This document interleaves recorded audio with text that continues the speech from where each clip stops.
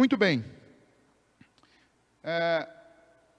O pastor Tim Keller, pastor em Manhattan, um dos pastores mais conhecidos da América do Norte, ele escreveu um dos livros que é uma das suas obras mais extraordinárias, e se você não leu ainda, eu faço uma sugestão para que você leia esse livro. O nome do livro se chama A Fé na Era do Ceticismo. Esse livro, ele foi lançado há cerca de uns 5 anos, e é uma leitura extraordinária, fantástica e necessária para nós, no tempo que nós vivemos, que é sem dúvida nenhuma, um período da história de muito ceticismo.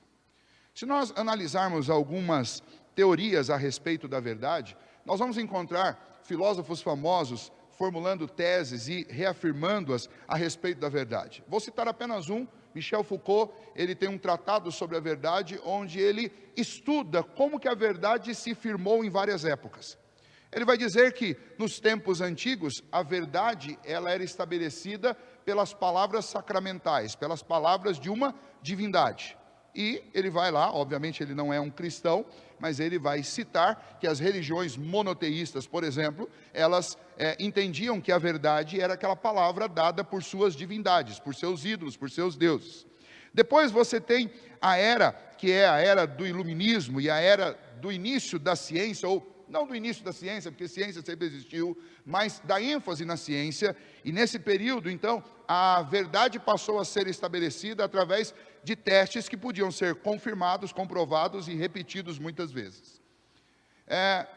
Michel Foucault, obviamente, vai terminar o estudo dele antes da nossa era, mas se ele estivesse vivo hoje, talvez ele diria hoje que a verdade hoje ela é estabelecida pelo discurso, pela narrativa que você constrói em volta de uma determinada ideia que você tem. E, infelizmente, esse é o grande problema da nossa época.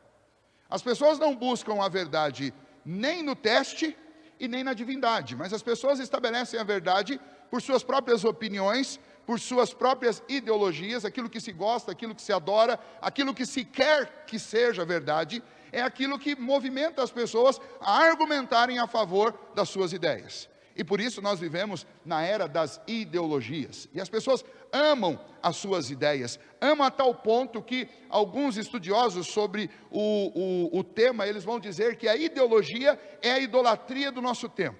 Houve uma época que os ídolos eram feitos de madeira, teve uma época que os ídolos eram feitos de barro, teve uma época que os ídolos eram ícones da história, hoje os ídolos são as ideias.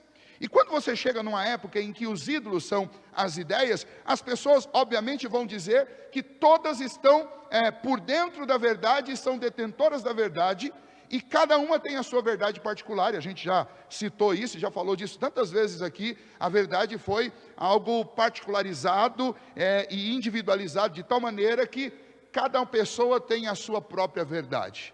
E ninguém pode questionar aquilo que o outro chama de verdade, mas ninguém também pode testar, e isso criou uma sociedade que não tem mais apreço pela verdade, verdade com V maiúsculo. Simplesmente as pessoas amam suas ideias. O problema é que isso tem efeitos colaterais. E quais são os efeitos colaterais desse mundo da pós-verdade, como se entendia a verdade antigamente, e esse mundo agora das ideias, da paixão pelas ideias, esse mundo das ideologias e das verdades particulares? Uma das consequências desse movimento é o ceticismo. Por quê? Porque se eu tenho minha própria verdade, se eu a construo e se eu a defendo, eu passo a ser cético sobre tudo aquilo que não é abraçado por mim, por tudo aquilo que eu não gosto, por tudo aquilo que eu não quero testar, por tudo aquilo que eu não quero seguir, por tudo aquilo que vem de outro. Eu não tenho mais a obrigação, nesse movimento que está acontecendo no mundo hoje, de dar o privilégio da dúvida para as outras pessoas. Eu simplesmente escolho algo que eu gosto, eu quero acreditar naquilo, e eu passo a defender aquilo, construo uma narrativa em torno daquilo e ponto final. Se alguém, olha, deixa eu te provar uma outra coisa, não, eu não quero ouvir. Eu não quero submeter nem a sua verdade, nem a minha a uma prova. Eu simplesmente acredito, eu gosto, e é assim que eu quero ficar. O resultado disso é que nós vivemos uma era que é também chamada de era do ceticismo. Se você pensar, por exemplo, a respeito da palavra de Deus, que para nós cristãos é a verdade absoluta, e nós defendemos isso desde o princípio. O apóstolo Paulo, lá no primeiro século, já defendia isso. Quando nós pensamos na palavra de Deus, que nós cremos ser a verdade absoluta, a palavra de Deus é a detentora de toda a verdade emana de Deus. Quando nós defendemos esses pontos dentro de uma sociedade assim, nós somos quase que classificados como pré-jurásticos. Como gente, se você analisar pela ótica de Michel Foucault, nós somos aquele povo tacanho da antiguidade que tinha suas verdades estabelecidas por seus ídolos, e essa verdade era inquestionável. É assim que a sociedade do século 21 olha para um crente, um sujeito obscuro, que acredita num livro que foi escrito desde 2000 anos antes de Cristo, e estas pessoas obscuras não aceitam as verdades do nosso tempo, as verdades particulares das pessoas. E nesse ambiente, para jovens se declararem cristãos é muito difícil. Para adolescentes declararem dentro de suas escolas que eles amam a Cristo e defendem o Evangelho, e que eles acreditam que a Bíblia é a palavra de Deus, é muito difícil. É uma luta constante. Mas não só para eles, para todos nós. E por isso nessa noite eu queria conversar com vocês e expor esse texto, falando sobre este ceticismo. Desafio atual para uma igreja antiga: enfrentar uma era de céticos, uma era de pessoas que não creem nas Escrituras. Mas antes de começar, eu poderia fazer a seguinte pergunta para você, e gostaria que você respondesse: o que é mais difícil de enfrentar? O ceticismo do mundo pagão sem Deus, que não é uma novidade, porque este mundo sempre foi assim, e sem Deus o homem não crê na verdade, ou o ceticismo do fogo amigo, de pessoas que supostamente estão seguindo a mesma fé, mas elas desconfiam do Deus a quem nós amamos e servimos. Pois eu escolhi um texto para falar com vocês nessa noite, a respeito de um ceticismo de fogo amigo, um ceticismo do irmão na fé, o ceticismo de alguém que convive com você dentro de igreja. Porque eu não acredito que o problema do ceticismo seja apenas um problema que esteja acontecendo dentro da universidade. Eu não acredito que o ceticismo seja um problema apenas da Europa, ou um problema apenas do seu local de trabalho, ou apenas dos meios mais intelectualizados. Eu acredito que a era do ceticismo é a era de muitos crentes que não creem mais num Deus sobrenatural, num Deus absoluto, num Deus infinito, num Deus que pode fazer coisas impossíveis. Infelizmente, nós estamos vivendo uma época de crentes que não têm um comportamento compatível com alguém que tem um Deus todo-poderoso. Mas vivemos sim uma época em que as pessoas têm uma religião que ela é meramente uma religião que traz implicações para as suas relações sociais. Mas ela não envolve mais a crença num Deus que é capaz de mover céus e terra. Se você duvida disso, faça um teste entre os seus amigos crentes e pergunte quantos deles acreditam piamente que Josué orou e o sol parou. Ou que acreditam que Jonas passou 3 dias no ventre de um peixe. Comece a conversar com seus amigos cristãos. Pergunte quantos deles acreditam que realmente Jesus alimentou uma multidão com 5 pães e 2 peixinhos. Comece a conversar com seus amigos crentes. Pergunte para eles quantos deles acreditam de fato que Lázaro morreu e por isso ele ressuscitou. Porque você vai ouvir justificativas, inclusive de cristãos, que vão dizer que essas coisas todas, pastor, foi contado de um jeito floreado, né? Tem uma explicação científica para tudo isso. Converse com amigos cristãos seus e fale sobre os muros de Jericó caindo depois de o povo hebreu ter rodeado esses muros 7 vezes e tocado trombetas fortíssimas. Converse com seus amigos cristãos e fale com eles sobre esses atos poderosos de Deus, como por exemplo Deus alimentando esse povo durante 40 anos com maná que caía do céu. Converse com os seus amigos e pergunte para eles sobre a abertura do Mar Vermelho, seus amigos crentes. E você vai ter uma triste constatação de que nós vivemos uma época de um cristianismo cético, que acredita num Jesus histórico e acredita num livro de histórias morais, mas anda longe, muito longe, de um Deus capaz de fazer coisas sobrenaturais. E por isso, nessa noite, eu gostaria de refletir com vocês sobre essa história.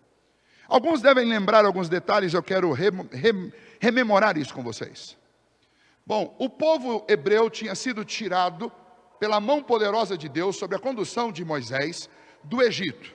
Lembra que isso não aconteceu antes que Deus enviasse 10 pragas. 10 pragas que destruíram, na mentalidade dos egípcios, o poder dos seus ídolos. Eles adoravam, por exemplo, o Nilo, e o Senhor transformou o Nilo em sangue. As águas do Nilo foram transformadas em sangue, para mostrar, o Deus que vocês adoram, nada mais é do que algo que foi criado por mim, e eu faço com ele o que eu quiser. Além disso, vieram lá depois as rãs. Se você já viu e já observou aquelas imagens dos ídolos dos egípcios, você vai ver que vários deles têm rosto, ou pelo menos a parte de cima do corpo, num formato que lembra répteis. Serpentes, serpentes, sapos, rãs. E é exatamente por isso que a segunda peste que o Senhor manda é uma peste de rãs. Para quê? A peste de moscas, primeiro, e a terceira de rãs. Para quê? Para mostrar que aquilo que eles adoravam não passava de algo que tinha sido criado por Deus, não era Deus, e Deus fazia com aquelas coisas o que Ele queria. Eles adoravam o pó da terra, e Deus transforma aquele pó em piolhos. E cada uma daquelas pragas que são citadas lá em Êxodo, você vai observar que cada uma delas nada mais é do que uma imagem que remete a um dos ídolos daquele povo. E quando Deus envia cada uma daquelas pragas, Ele envia para mostrar que Ele é o verdadeiro Deus, e ninguém além dele deve ser adorado. Bom, esse povo saiu de lá sim, esse povo atravessou o Mar Vermelho a pé enxuto, este mesmo mar depois afogou os exércitos de Faraó. Eles chegaram no deserto, eles tinham sede, Deus transformou uma fonte de águas amargas em água doce. Deus fez jorrar água do meio de um rochedo.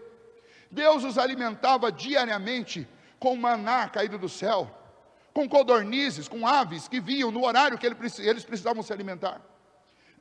Deus fez isso com aquele povo. Deus lhes entregou a lei. Deus falou através de Moisés. Deus conduziu-os naquele momento tão fantástico da história. Eles estavam há séculos como escravos e agora eles eram livres e estavam caminhando para uma terra que Deus lhes prometeu.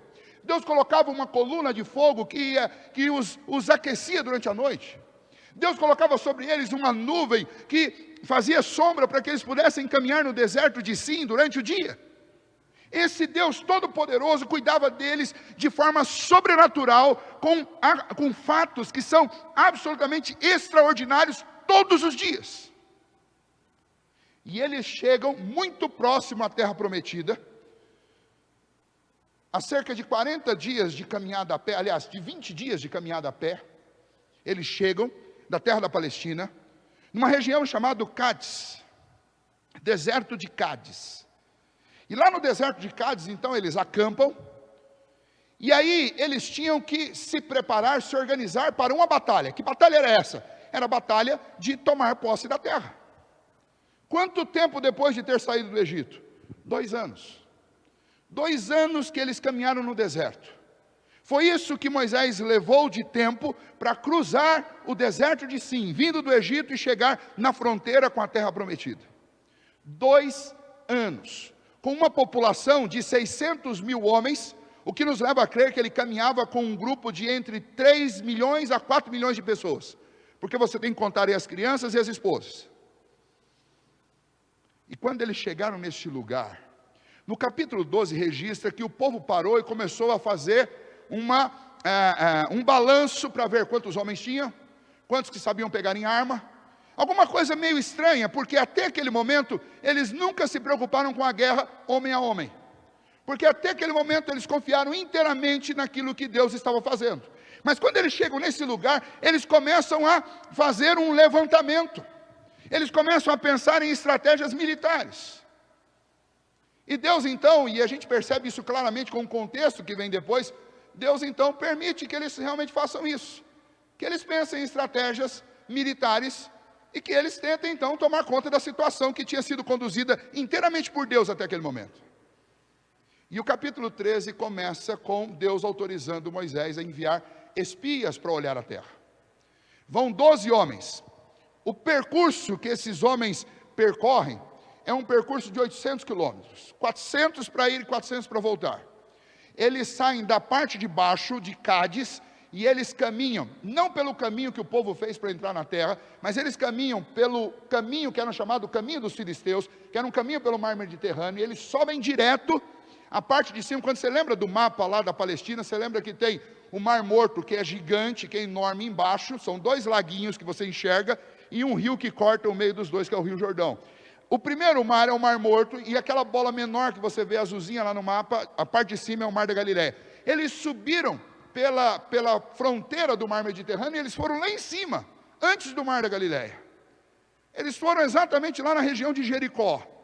E de Jericó eles vieram descendo, passaram pelo Hermon, e eles foram descendo, passaram pela região de Jerusalém, passaram por todos aqueles lugares, chegaram ao vale chamado Vale, posteriormente o Vale de Escol, que é um lugar muito produtivo, de terras muito produtivas, onde eles colheram um cacho de uva que precisava 2 homens para carregar. E pegaram lá romãs e figos e trouxeram. E quando eles foram fazer o relato, algo curioso aconteceu. Daqueles 12 homens, havia 2 extremamente empolgados, e 10 que estavam extremamente tristes. Eles viram as mesmas coisas. A diferença é a perspectiva de cada um deles. Você tem 10 céticos, e você tem 2 homens de fé. Você tem 2 homens de fé que acreditavam que aquela terra já era deles por um único motivo, porque Deus disse. Ponto. Eles não precisavam de mais, eles não precisavam saber de quantos soldados eles tinham, eles não precisavam saber da altura de quem morava lá, nem de quem eram os seus ancestrais, eles não precisavam saber o tamanho dos muros, eles não precisavam saber o tamanho das cidades, eles não precisavam saber o histórico de batalhas do povo, para ver se o histórico deles era compatível, eles só precisavam saber de uma coisa: Deus disse que nos dará. E é interessante que quando Josué e Caleb vão fazer referência a essa terra lá na frente, tentando defender o ponto deles, que eles deveriam avançar, eles dizem o seguinte: olha, não importa quem eles sejam, o Deus que nos prometeu essa terra vai nos fazer devorá-los como se come pão. Eu acho essa expressão extraordinária. Por quê?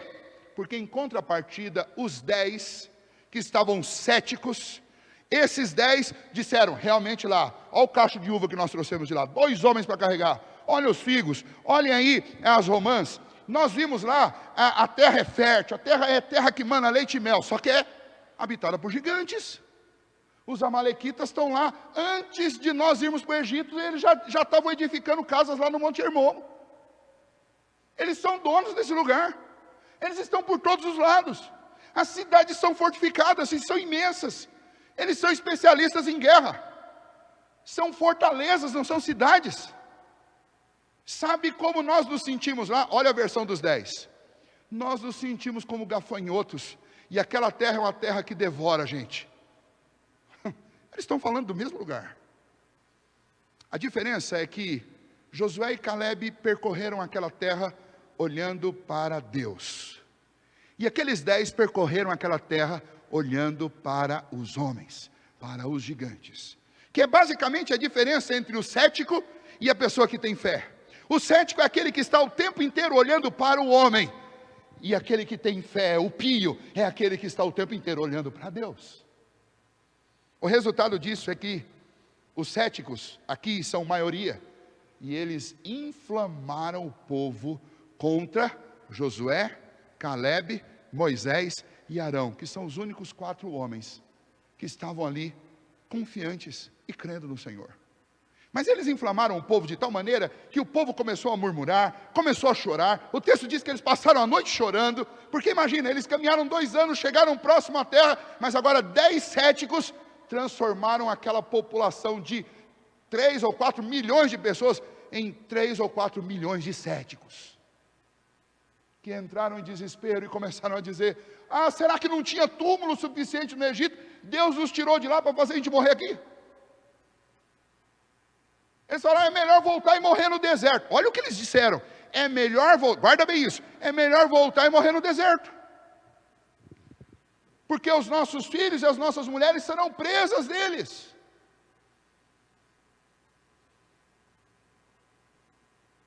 Lá no Egito nós tínhamos boa comida também, tínhamos bons pratos que eles serviam para nós. Vamos virar e vamos voltar para o Egito. Ainda fizeram um mutim: vamos nos juntar, vamos eleger aqui um capitão, vamos eleger um capitão que leve a gente de volta para o Egito. Josué e Caleb, e isso está no capítulo 14, a partir do versículo de número 20, Josué e Caleb resolveram insistir, falaram assim: não, gente, vamos lá, eia, subamos, possuamos a terra, Deus vai conosco. E sabe o que eles resolvem fazer? Eles catam pedras e decidem apedrejar Josué, Caleb, Moisés e Arão, por causa da loucura dos homens da fé. E eles só não fizeram isso porque o texto diz que a glória de Deus se manifestou sobre aqueles homens, e Deus disse para Moisés: Moisés, até quando eu vou ter que suportar esse povo? Até quando? E olha a palavra de Deus, foi o último versículo que nós lemos: eu vou ferir com peste todo esse povo, e de você eu vou fazer um povo maior que esse. E aqui nós paramos a leitura. Eu vou terminar essa leitura depois com vocês. Qual é o perigo do ceticismo? Porque nós estamos numa era assim, de pessoas céticas. E esse texto aqui nos apresenta pelo menos 5 perigos terríveis que o ceticismo produz na nossa vida.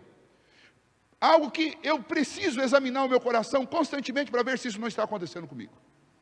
E nessa noite, quando eu falo para vocês sobre esse desafio atual, que é o desafio de enfrentarmos essa tendência cética que está por todo canto, inclusive dentro da própria igreja, eu estou falando a respeito de algo absolutamente perigoso e terrível que pode acontecer. A pior coisa que pode acontecer com a vida de um crente é ele se tornar um cético, um incrédulo. É um nome mais antigo para a mesma coisa. Veja só, primeiro passo que me leva para o ceticismo.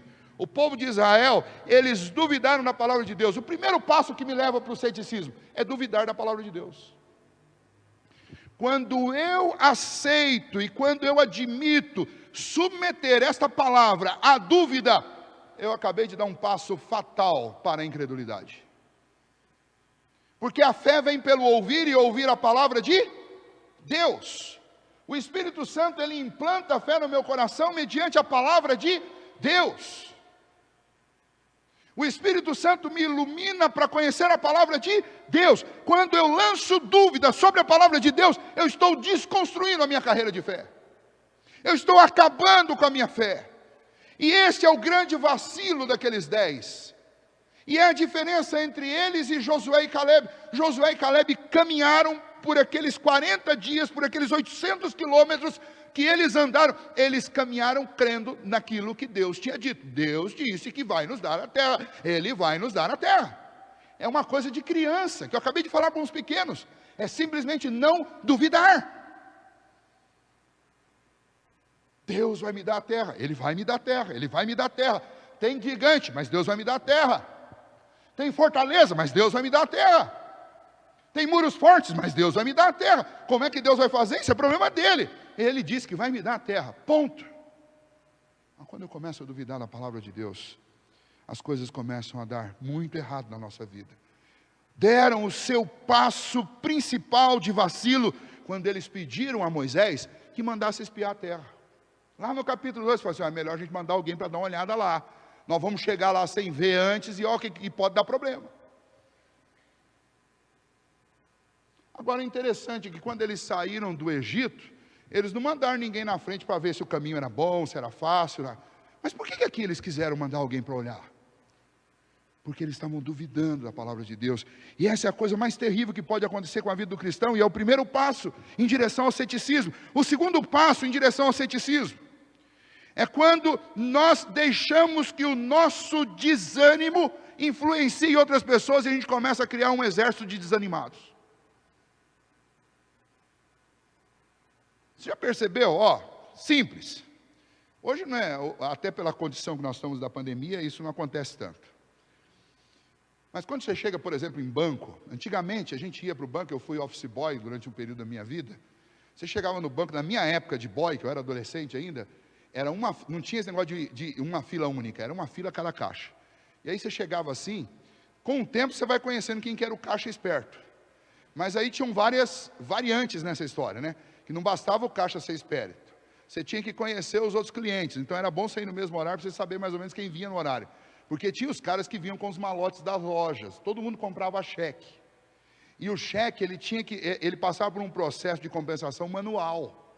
Você sabe o que é o cara chegar no caixa com uma pilha de cheque desse tamanho aqui, e o caixa ter que conferir com a ficha de papel, um por um daqueles cheques, as assinaturas de pagar? Então é o seguinte, o boy ele era especialista, você já chegava, dava aquela olhada para ver se não tinha nenhum parceiro seu ali na fila, porque se tivesse, estava perdido. Mas quer ver uma coisa? Tática dos office boys. Para diminuir a fila, você chega na fila e começa a dar uma de desesperado. Mas essa fila não anda, essa fila não anda. Sabe o que acontece? Você coloca um desânimo e uma impertinência em todo mundo que está na fila, que alguns começam a desistir e vazar, vão embora.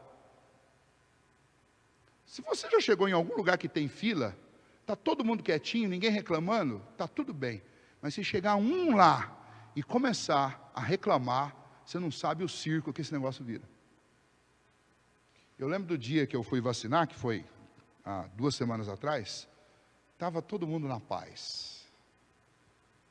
Eu era o número 34, estava marcado para meio-dia, era 12:15, não tinha começado ainda, mas todo mundo ali feliz, porque afinal de contas a gente ia vacinar, né? Que bem, ninguém vai reclamar de ninguém, tá bom esse negócio. Quer dizer, por enquanto, tá tudo bem. E aí, chega uma madame lá, ninguém tinha percebido que faltava copinho d'água para beber água na geladeira. E nós estávamos lá umas 100 pessoas dentro da MEI. Aí chega uma madame lá, que devia ter tomado água em casa, a madame vai lá na geladeira e fala bem alto, não tem copo para a gente beber água? Eu vou ter que tomar com a minha mão? E se eu me contaminar? Para quê, né? Aí já começou todo mundo, gente, é um absurdo não ter copo. Como não tem copo numa escola? Como é que essas crianças... o assunto, olha, a coisa virou um circo, e aí já começaram, ei, está demorando muito, cadê esse pessoal? Era para ter começado meio-dia, já é 12:13, 15, e ninguém está aqui. Mas olha assim, parece que a mulher veio ali, ela riscou o palito de fósforo.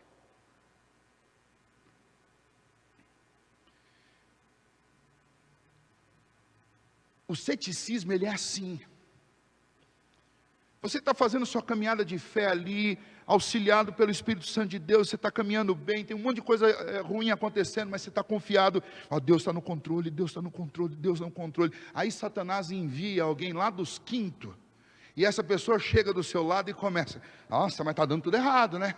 Olha, você já percebeu quanta coisa está dando errado na sua vida? Olha, se eu fosse você, dava uma reavaliada nas coisas aí, né? Porque alguma coisa não deve estar muito certo, não. São os amigos de Jó que chegam perto de você. E o cético, ele é assim, ele começa a contaminar todo mundo. O cético, ele chega lá na fila da vacinação e fala assim, estou sabendo que esse negócio aí, sei não, estão proibindo essa vacina lá na Europa, estão proibindo ali e tal. E já começa a ficar todo mundo desanimado. Aí o cara vai lá tomar vacina, não sei se você sabe disso, vacina e qualquer tipo de remédio que você tomar, a menor parte de eficiência está na droga. A maior parte da eficiência está aqui, no seu coração cheio de fé. A prova disso é que tem gente que toma placebo, toma água, ou toma lá um comprimido de trigo e sara. Sabe por que sara? Porque crê. Porque crê. E isso eu não estou nem falando de fé salvadora, eu estou falando de crença humana, de acreditar. De ser alguém disposto, alguém animado. De ser alguém, eu não gosto do termo, porque pode soar outra coisa, mas vou me arriscar a usar, de ser alguém positivo, né? Ser uma pessoa otimista. Isso faz uma diferença imensa quando você está tomando remédio. Existem estudos feitos a respeito da alegria e do humor de um paciente que conta muito no resultado do medicamento que ele está tomando. Agora, isso daí, quando nós trazemos para o ambiente espiritual, é exatamente a mesma coisa. O camarada que é cético, ele contamina todo mundo. As pessoas estão aqui caminhando, se esforçando para caminhar na fé, confiando de todo o coração em Deus. Aí aparece o cético e ele começa a semear dúvida no coração das pessoas. Segundo passo destrutivo no caminho do ceticismo, cuidado com quem você está ouvindo. Cuidado para quem você dá ouvido. Aqui estão 3 milhões ou 4 milhões de pessoas que deram ouvido para as pessoas erradas. Eles podiam ter ouvido Josué e Caleb. Quem que eles preferiram ouvir? Eles preferiram ouvir os 10 pessimistas. Eles preferiram ouvir os 10 céticos. Eles preferiram ouvir os caras que não acreditavam em Deus, que abandonaram a palavra de Deus. E o que aconteceu com esse povo todo? Esse povo todo foi disciplinado por Deus e sentenciado a peregrinar 40 anos no deserto, porque eles ouviram a pessoa errada. Então, bastante cuidado com isso. Quero fazer uma aplicação direta. Quando a gente deixa de ouvir Deus e dá ouvidos ao cético, a gente paga um preço muito caro por isso. Então, avalie muito bem quem você está ouvindo. O cético é aquele que diz, não podemos. O cético é aquele que diz, já era. O cético é aquele que diz, estamos mortos. O cético é aquele que diz, não há saída. O credo é aquele que diz, em nome do Senhor nós podemos todas as coisas. O nome do Senhor nós podemos todas as coisas. Deus é por nós, e se Deus é por nós, quem será contra nós? São essas pessoas que nós temos que ouvir. Tem um grande empresário que escreve livros sobre isso, chamado John Gardner. E John Gardner ele diz o seguinte, e o que ele fala se aplica muito bem à fé. Ele diz, somos continuamente confrontados com grandes oportunidades disfarçadas brilhantemente de problemas. Vou repetir, somos continuamente confrontados com grandes oportunidades disfarçadas brilhantemente de problemas insolúveis. E quando nós cremos e encontramos a solução para esses problemas, a gente vai chamar isso de, olha que grande oportunidade que eu tive. Mas quando a gente não crê, não acredita, quando a gente só enxerga o lado negativo, o problema, como eles só enxergaram os gigantes, a gente diz, eu tive que lidar com um problema insolúvel, que arrebentou com a minha vida, que acabou com os meus planos, que destruiu os meus sonhos. Nós lemos no início deste culto, na carta aos Hebreus, no capítulo 11, que é a galeria dos heróis da fé, e o que é dito lá? Sem fé é impossível agradar a Deus. Por quê? Você gostaria de ter alguém do seu lado, que diz que te ama, mas duvida do que você fala, que diz que te ama, mas não te segue, não vai na mesma direção que você, nunca.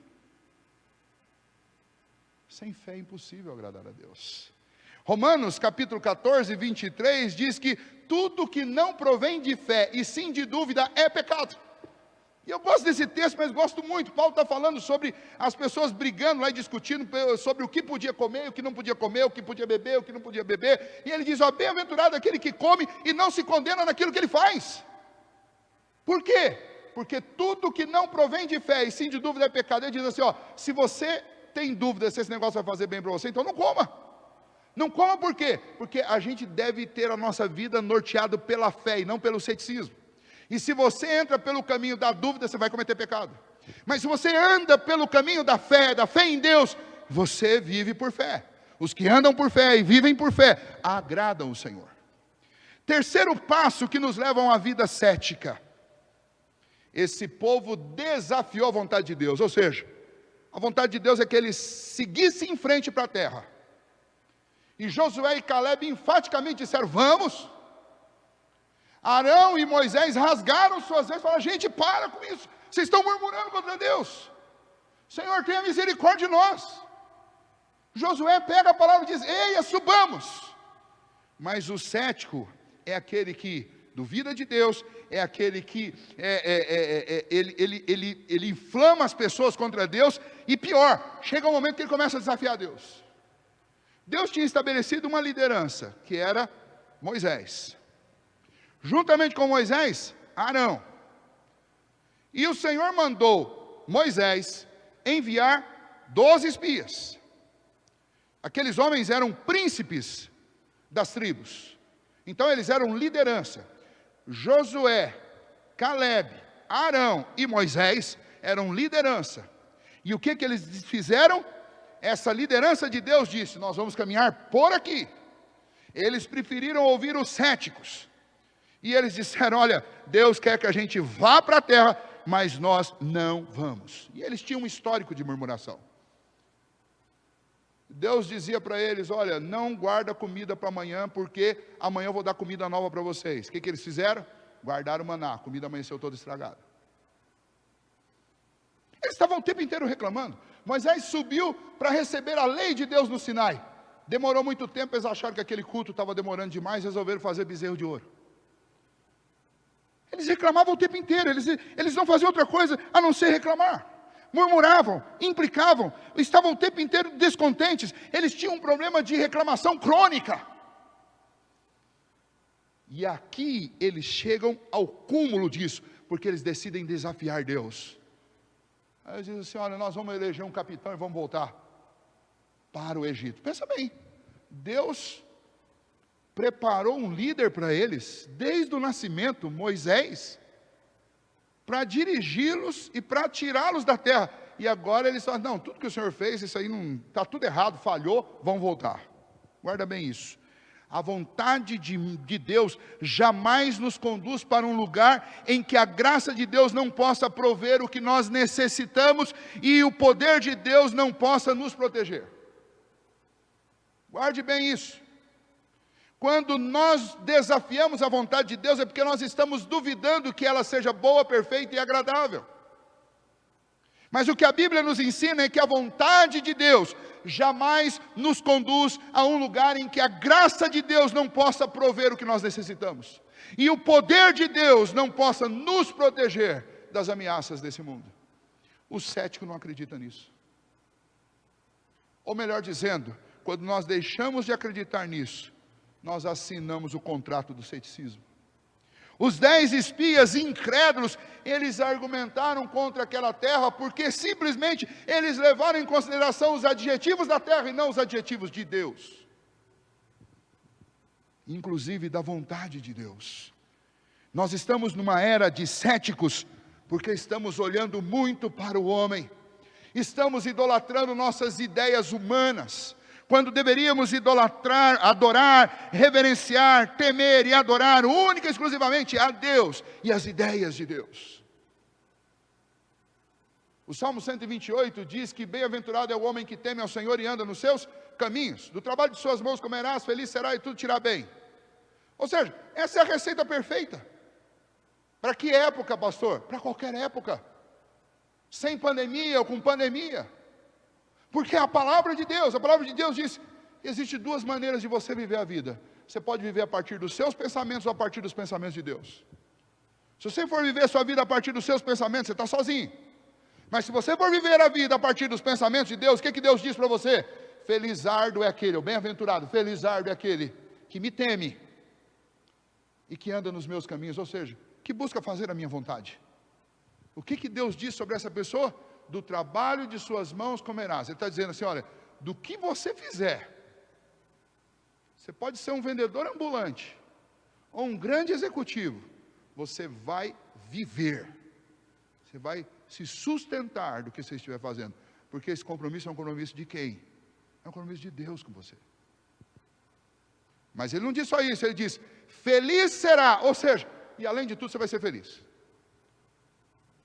Você vai ser feliz se você for um vendedor ambulante que trabalha lá na esquina, com o que você ganhar você vai se sustentar e vai ser feliz. Porque tem muita gente que ganha horrores de dinheiro aí e é infeliz.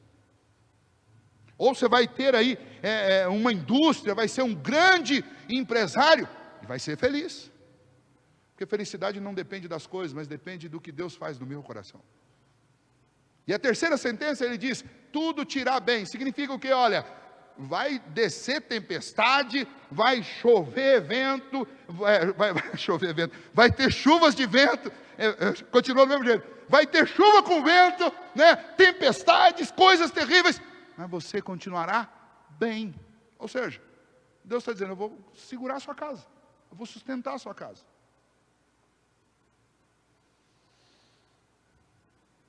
Agora tem gente que deixa o coração tão cheio de dúvida, que começa a desafiar Deus. Não, Deus disse para eu ir por aqui, mas esse caminho não dá certo não, eu vou por aqui. Está todo mundo indo por aqui, eu vou por aqui também. Por causa disso, aquele povo mereceu o julgamento que veio sobre eles. E eu vou já mostrar para vocês esse julgamento que veio sobre eles. Isso nos leva à 4ª consideração sobre o ceticismo. O ceticismo atrai o juízo de Deus sobre si. É isso que o ceticismo faz. Aí tem gente que fala assim, pastor, nada dá certo na minha vida, estou sempre encrencado, estou sempre derrubado, estou sempre derrotado, estou sempre assim. E aí meu irmão, para um pouquinho, vamos conversar um pouco. Porque quando você ouve esse discurso é o discurso daquela turma lá. que duvida de Deus, que murmura e reclama constantemente contra Deus, ouve as pessoas erradas e ainda desanima outros, desafia a vontade de Deus, e depois vem com essa conversinha, mas nada dá certo para mim. O ceticismo, ele atrai o juízo de Deus sobre si. Veja que nesse texto, no verso de número 18, no versículo, capítulo 14, no verso de número 12, Deus diz, eu vou matar todo mundo. Ou seja, a afronta deles a Deus chamou o juízo de Deus sobre eles. A disposição de Deus é, eu acabo com eles, vou deixar vocês 4, e de vocês eu vou fazer uma nação maior do que essa daí. Eu não aguento mais esse pessoal. O texto diz, por 10 vezes eles me afrontaram. E eu acredito que 10 aqui não é 10 exatamente. 10 é um número, é uma unidade de grandeza. Eles me afrontam o tempo inteiro. Atrai o juízo de Deus. Você não quer ser um cético, porque você não quer o juízo de Deus sobre a sua vida. Para piorar, e em último lugar, o cético é aquele que desobedece deliberadamente às ordens de Deus. Ele não só afronta a Deus, ele não faz só ameaça, mas ele vai lá e faz mesmo. Por quê? Bom, eu vou contar agora a continuação do texto para vocês. No versículo de número 13, o que Moisés faz? Moisés começa a interceder, Senhor, é o seguinte, não é assim não quero que o Senhor mate esse povo não. E eu quero argumentar com o Senhor aqui, e de fato é isso que Moisés faz. Moisés começa a argumentar com Deus, fala assim, Senhor, se o Senhor matar todo esse povo, esse negócio vai depor contra o nome do Senhor. Depois vocês leiam lá a partir do versículo 13. Moisés vai dizer para o Senhor, olha, o Senhor tirou o povo lá do meio do Egito. Se o Senhor matar todo mundo aqui, o que vão dizer? O que as outras nações vão dizer? Que esse Deus dos hebreus, ele deu conta de tirar do Egito, mas não deu conta de colocar na terra prometida. Olha o argumento de Moisés. Moisés não é um cara egoísta, porque ele podia falar, Senhor, acaba mesmo, eu não aguento mais esses caras, eu estou há 2 anos, eu não suporto mais eles, acaba com eles, vão começar do zero. Não, mas Moisés não é assim. Moisés não é como os céticos. Moisés não quer entrar sozinho na terra prometida. Ele fala, Senhor, dá uma oportunidade para esse povo. E não é a primeira vez, ele já fez isso lá em Êxodo, capítulo 33, Moisés, ele ora pelo povo e fala, Senhor, se for para matar alguém, me mata, mas vai com o povo e põe o povo na terra prometida. Aqui Moisés está fazendo a mesma coisa, ele fala assim, Senhor, de jeito nenhum, não mata esse povo, se o Senhor matar isso, vai depor contra o Senhor. Segundo argumento, o Senhor não prometeu para o pai deles, o Senhor disse para Abraão, para Isaac e Jacó que ia dar essa terra para eles, como é que o Senhor vai matar eles agora? E Moisés continua enfaticamente clamando ao Senhor, pedindo perdão, intercedendo por eles, e diz, Senhor, e eu mesmo ouvi do Senhor, que nós íamos entrar na terra. Então nos ajuda. E Moisés intercede por eles. Aí, qual a decisão que Deus toma? Deus decide discipliná-los, mas vai com eles. Isso nos ensina o quê? Não é o assunto principal nosso, mas é bom a gente lembrar. Que o perdão de pecado não exclui lidar com as consequências dos nossos erros. Deus nos perdoa, mas Ele não nos tira das nossas consequências, que são responsabilidade de cada um de nós. Então veja, qual a decisão que Deus toma? A partir do verso 23 até o 38, Deus diz, olha, é o seguinte, vão entrar na terra só os que têm menos de 20 anos, de 20 anos para baixo, porque os pais me desafiaram, os pais me desobedeceram, os pais foram céticos, eles não acreditaram na minha palavra, então eles não entram, eles vão morrer no deserto. Segundo, Deus diz, eu vou recompensá-los com aquilo que eles querem. Eles não pediram, porque o texto, eles afirmam assim, morramos então no deserto, mas nós não vamos tentar entrar aí que só tem gigante. Aí Deus diz, ok, vocês não falaram que vocês queriam morrer no deserto? Então é isso que vai acontecer com vocês, morram no deserto. E aí, um parênteses aqui, né? Cuidado com o que você fala. A gente às vezes é nervosinho demais, né? Dá aqueles ímpeto de ser nervosinho. Cuidado com o que você fala.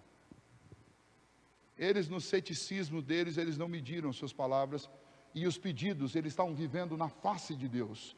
E eles disseram que morramos no deserto, e Deus diz, portanto, é isso, eu vou dar para vocês o que vocês querem. E uma coisa que nós aprendemos na Bíblia, no Antigo e no Novo Testamento, que se existe algo terrível que Deus pode fazer conosco, é nos dar o que nós pedimos. Terrível. Por isso que nós temos que orar e pedir: Senhor, faça a sua vontade. Estou pedindo aqui alguma coisa que eu penso está correto. Se estiver correto, Senhor, me responde. Se eu estiver errado, mas faça a sua vontade, não a minha.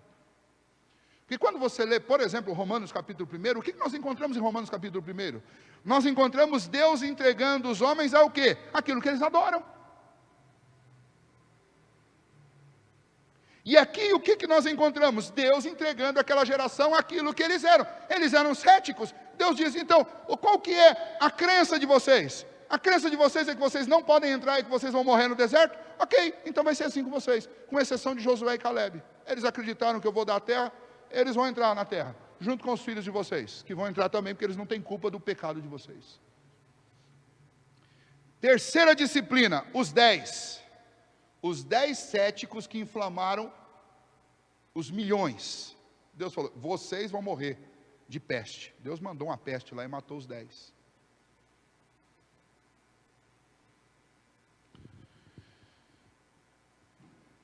Pastor, como é que eu lido com isso? O que eu faço? Eu acho que o ceticismo está batendo na minha porta. O senhor acabou de mostrar que esse negócio é perigoso demais. O que eu posso fazer?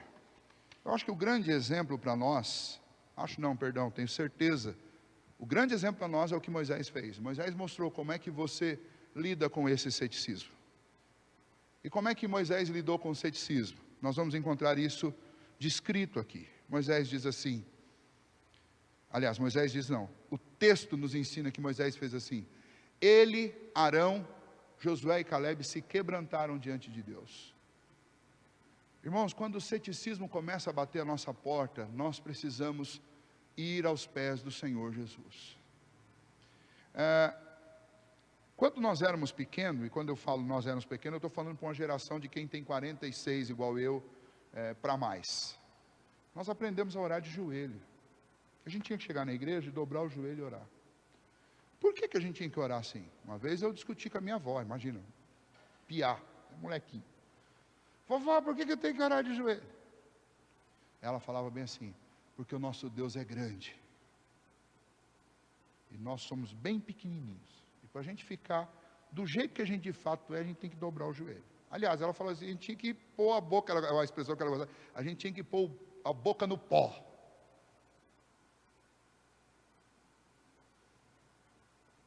O quebrantamento aqui de Moisés, de Arão, de Josué e Caleb é exatamente isso. Quando eles começaram a ver aqueles céticos inflamando a multidão, eles temeram a Deus, imaginaram o que Deus pode fazer diante de uma atitude tão terrível dessa, e eles rasgaram as roupas, se humilharam e se quebrantaram diante de Deus. Senhor, tenha misericórdia de nós. Esse povo está dissimulando, mas não é isso, Senhor. Nós continuamos acreditando no Senhor, nós continuamos confiando no Senhor, nós continuamos dependendo do Senhor, mas agora mais do que nunca nós precisamos da sua misericórdia, porque estão fazendo bobagem. Irmãos, nós somos uma geração, se você ainda não é um cético, nós somos a geração de crentes que precisa voltar a dobrar os joelhos. Nós precisamos de nos quebrantar diante do Senhor e falar: Senhor, nós continuamos crendo que o Senhor é um Deus poderoso. Nós continuamos crendo que o Senhor é o Deus dos impossíveis. Nós continuamos crendo que o Senhor é um Deus que faz milagres. Nós continuamos crendo que o Senhor é o Deus que salva vidas, salva pessoas. E o Senhor é o Deus que ressuscita mortos. Que o Senhor é o Deus que nos prometeu que um dia nós entraremos na glória, e nós entraremos, porque o Senhor disse, o que o Senhor disse, nós não temos motivos para duvidar. Nós precisamos disso, irmãos, de quebrantamento diante de Deus, de clamar ao Senhor, que pelo Espírito Santo, Ele quebre o nosso coração duro, e não deixe que o ceticismo e que a dúvida tome conta do nosso coração. A Bíblia não tem que ser provada pela ciência. A minha fé não precisa passar nem no escrutínio da ciência, dos cientistas, ou de qualquer ideologia. A minha fé, ela está construída sobre a palavra de Deus, ela está firmada na palavra de um Deus que não pode mentir. Nós precisamos levantar novamente esta bandeira do povo de Deus, um povo que crê no Deus dos impossíveis, um Deus que, se quiser nos livrar da morte, Ele nos livrará. Se Ele não quiser, fiquem sabendo os homens, que nós continuaremos temendo a Deus, porque vida e morte pertencem a Ele. Se nós ficamos felizes com a vida, por que nós nos revoltaríamos com a morte?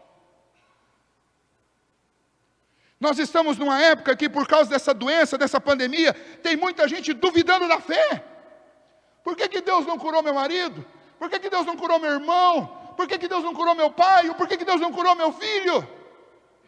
Porque a mente do nosso Deus é insondável, mas nós aprendemos com Ele mesmo que os seus planos são perfeitos, e nenhum deles pode falhar. Não pense que uma doença fez os planos de Deus falhar, mas essa doença e todas as outras que existem, e todas as circunstâncias da vida, elas servem para um único propósito, de fazer cumprir a vontade do nosso Deus.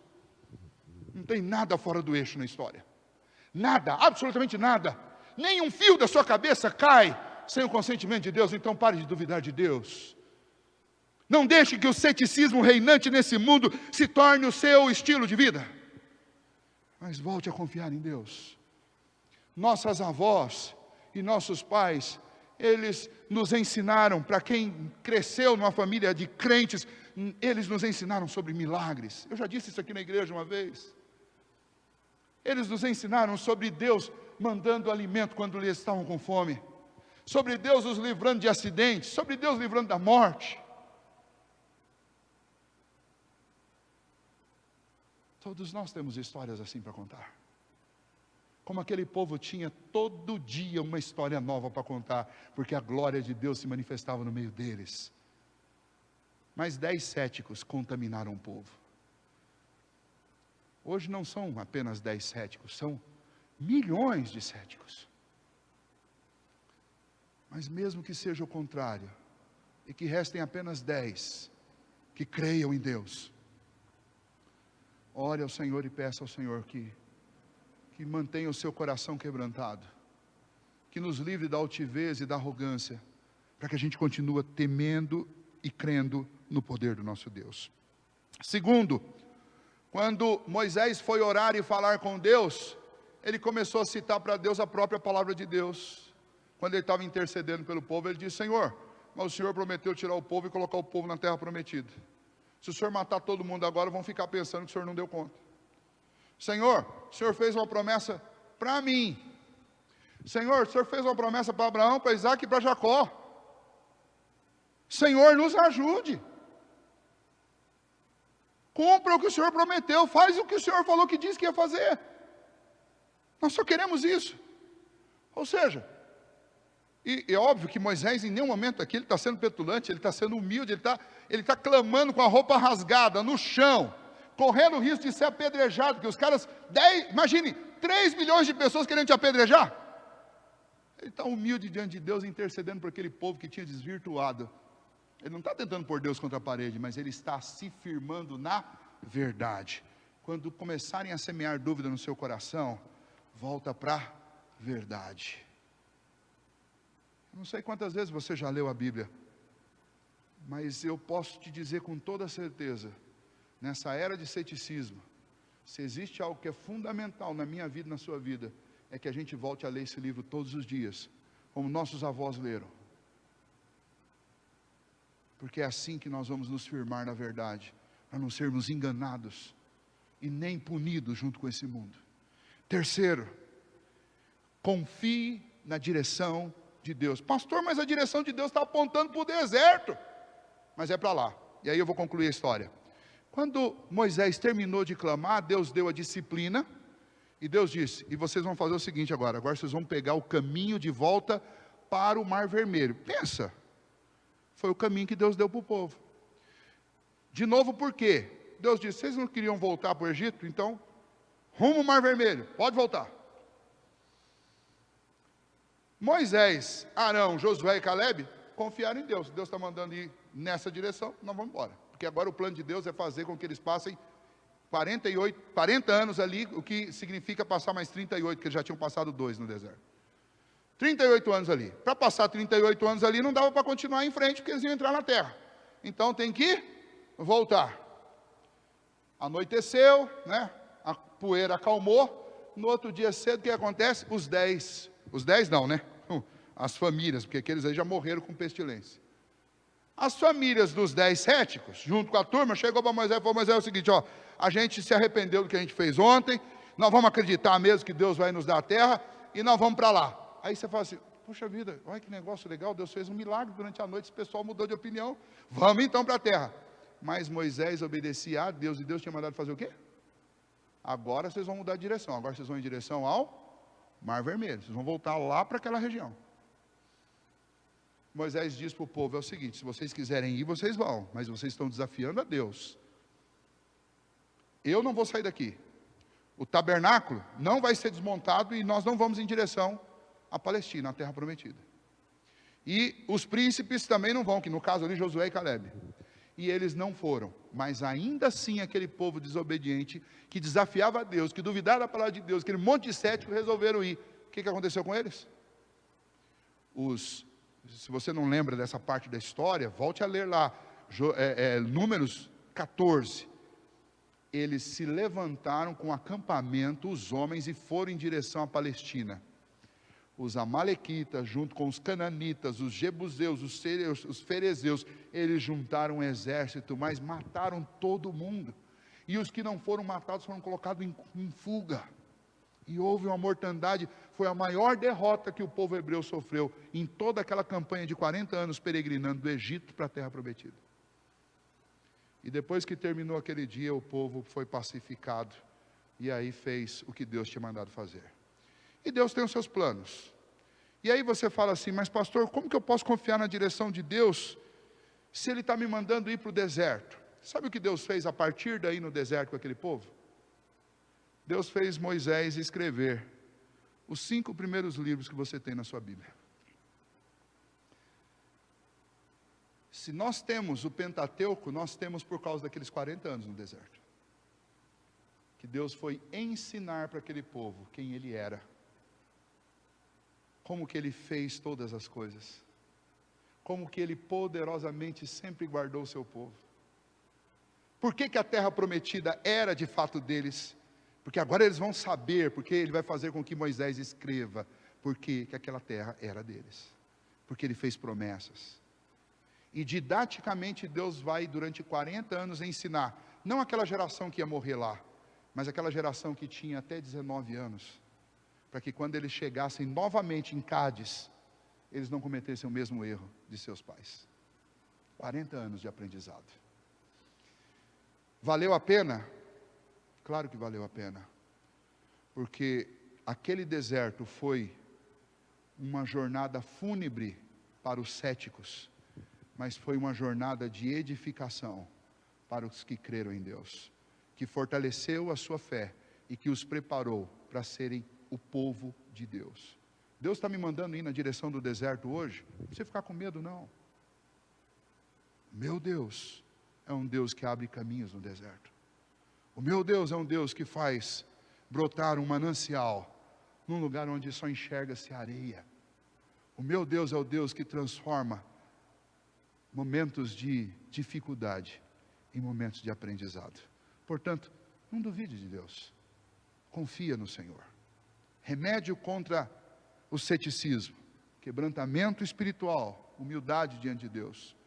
Firmar o seu coração na palavra e confiar na direção de Deus. Não duvidar do Senhor. Ele é Deus. Como eu disse para as crianças, Ele faz tudo perfeito. Ele não falha. Ele não erra. Eu só preciso confiar nele. O Senhor nunca nos abandonou. Nunca, jamais nos abandonará. Pois é isso que a tua palavra diz. E nós te louvamos, ó Deus, porque ainda que o Senhor nos faça passar por desertos terríveis, ainda, ó Deus, que tenhamos que caminhar por lugares áridos, ó Deus, que o Senhor nos livre, ó Pai, do ceticismo, da dúvida, da incredulidade, mas ajuda-nos, ó Pai, a confiar de todo o coração, como todos estes que deram bom testemunho da fé, como todos esses homens, ó Deus, que ao longo da história, homens e mulheres, confiaram de todo o coração no Senhor, não olharam para as adversidades, não olharam para os inimigos, mas olharam pela fé, tão somente para o Senhor, que assim, ó Deus, seja cada um de nós. Ó Deus, nos perdoe das vezes que duvidamos, das vezes, ó Deus, que questionamos, das vezes, ó Deus, que não confiamos.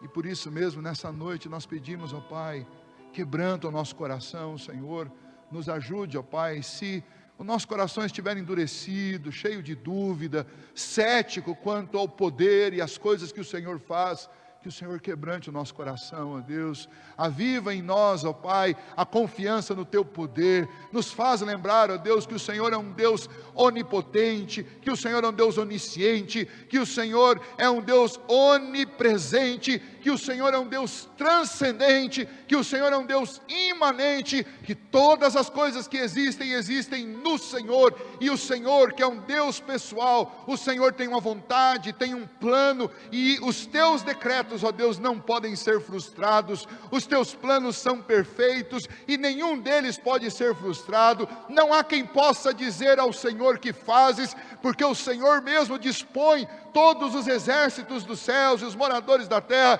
como o Senhor quer. A história está nas Tuas mãos, ó Deus. Não nos deixe perder isso de vista. Não deixe, ó Deus, que esta informação se afaste do nosso coração. Antes, ó Deus, que nós todos os dias confiemos que o Senhor é um Deus soberano, dono de todas as coisas, inclusive dono do tempo e da história. E o Senhor há de fazer como foi a Tua vontade estabelecida desde o princípio. Somos Teus filhos, ó Deus, e sempre clamamos e vamos continuar, que o Senhor nos livre de todo mal, que o Senhor nos guarde, que o Senhor nos conduza, que o Senhor, ó Deus, nos faça humildes para reconhecer qual é a nossa posição diante do Senhor. Fomos alcançados pela Tua maravilhosa graça, através da obra justificadora do Teu Filho. Por meio dele recebemos a redenção. O amor do Senhor se consolidou em nossas vidas pela ação do Teu Filho e do Teu Santo Espírito, e por isso, ó Deus, somos chamados de filhos, e podemos chamar o Senhor de Pai. Mas a Tua palavra diz que o princípio da sabedoria é temer ao Senhor. Que nós, ó Deus, entendamos que como filhos, ó Pai, temos um relacionamento íntimo e pessoal com o Senhor, mas também como filhos devemos reconhecer o Teu poder e a Tua condução absoluta da história. Portanto, ó Deus, tira a dúvida, tira a incredulidade do nosso coração, mas nos ajude a confiar todos os dias no Senhor. Que amanhã, quando nós levantarmos, ó Deus, independente do que o amanhã nos aguardar, estiver preparado para nós, que nós confiemos no Senhor e saibamos que em todos os momentos o Senhor estará conosco. Diante dos gigantes, o Senhor estará conosco. Nunca foi e nunca será a nossa força humana, mas sempre será o poder do Senhor, sempre será a força do Senhor. Ajuda-nos, ó Pai, a confiar nisso. Que os nossos corações, portanto, nessa noite, ó Deus, se aquietem, se acalmem, e que a gente possa, de forma reconfortável, nós, ó Deus, possamos descansar nos braços do Senhor. Que assim seja, ó Deus. Se alguém está aflito, angustiado nesta noite, que ele sinta o conforto do Senhor. Se alguém até agora esteve em dúvida, ó Pai, que o Senhor traga paz para esse coração, tira a inquietação e a dúvida, ó Pai, e enche de certezas, enche de confiança no Senhor, sabendo, ó Pai, que o Senhor há de nos guardar e de nos conduzir.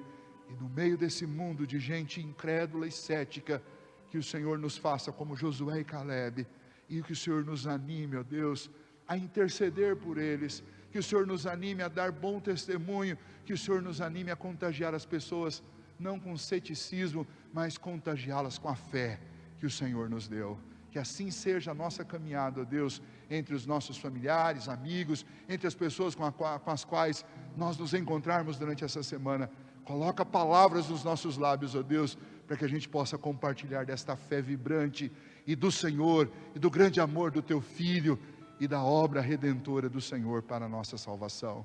Assim, ó Deus, colocamos nossa vida diante do Teu altar, e rogamos, ó Deus, a Tua bênção sobre nós, sobre nossas casas e sobre nossas famílias. Fica conosco e nos ajude, ó Deus, a sermos uma geração de crentes, ó Deus, cheios de intrepidez, de confiança no Senhor, no mundo cheio de ceticismo, e que a luz do Senhor brilhe sobre nós, hoje e para todos sempre.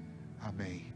Que a graça do nosso Senhor e Salvador Jesus Cristo, que o amor de Deus, o nosso Pai, que, ó Deus, a direção e o poder do Teu Santo Espírito esteja sobre as nossas vidas, sobre as famílias do povo do Senhor, sobre cada um de nós, hoje e para todos sempre.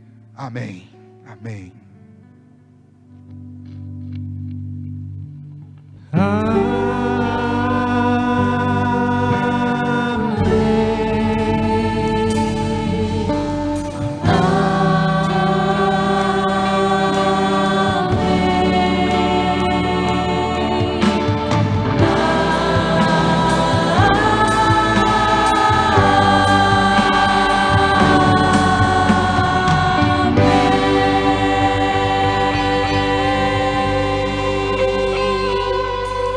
Amém. Uma ótima semana para todos vocês. Que Deus os abençoe muito.